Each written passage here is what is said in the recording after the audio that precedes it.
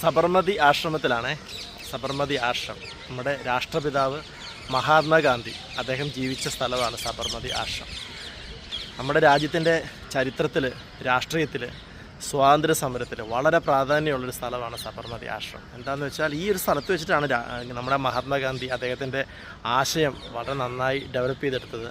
അതുപോലെ സ്വാതന്ത്ര്യ സമരത്തിൽ, രാഷ്ട്രീയത്തിലൊക്കെ ഒരുപാട് വളരെ പ്രധാനപ്പെട്ട കൂടിക്കാഴ്ചകളും ചർച്ചകളൊക്കെ നടന്നിരുന്ന ഒരു സ്ഥലമാണ്. ഇവിടെ ഏറ്റവും പ്രധാനപ്പെട്ട കാര്യം മഹാത്മാഗാന്ധി അദ്ദേഹത്തിൻ്റെ ആശയം ജീവിച്ചൊരു സ്ഥലമാണ് എന്നുള്ളതാണ്.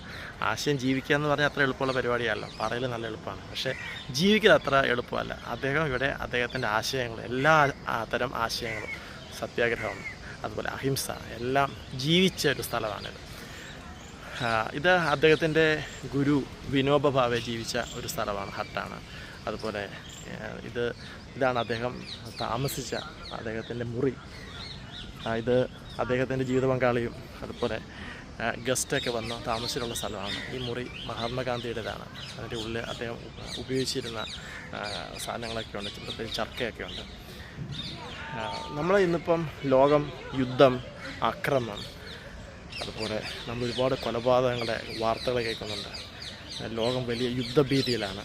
അതുപോലെ എപ്പോഴും ഒരുപാട് പല തരത്തിലുള്ള വയലൻസ്, ഭീകര ആക്രമണങ്ങളൊക്കെ നമ്മൾ കേൾക്കാറുണ്ട്. ഇതിനൊക്കെയുള്ള പരിഹാരം തീർച്ചയായിട്ടും അഹിംസയാണ്.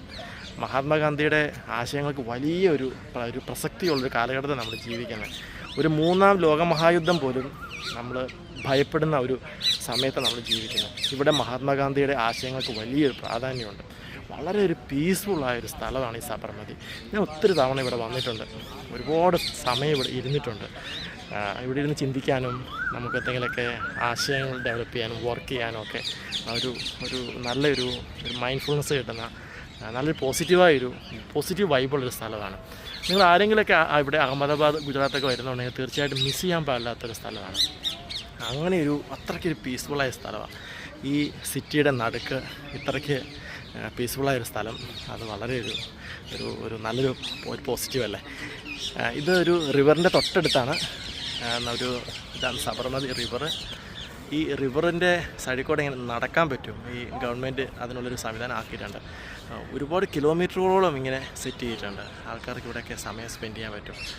നല്ലൊരു പോസിറ്റീവ് അറ്റ്മോസ്ഫിയറാണ് ഈ റിവറിൻ്റെ തൊട്ടടുത്ത്. ഓക്കെ, അപ്പോൾ സബർമതി ബൈ.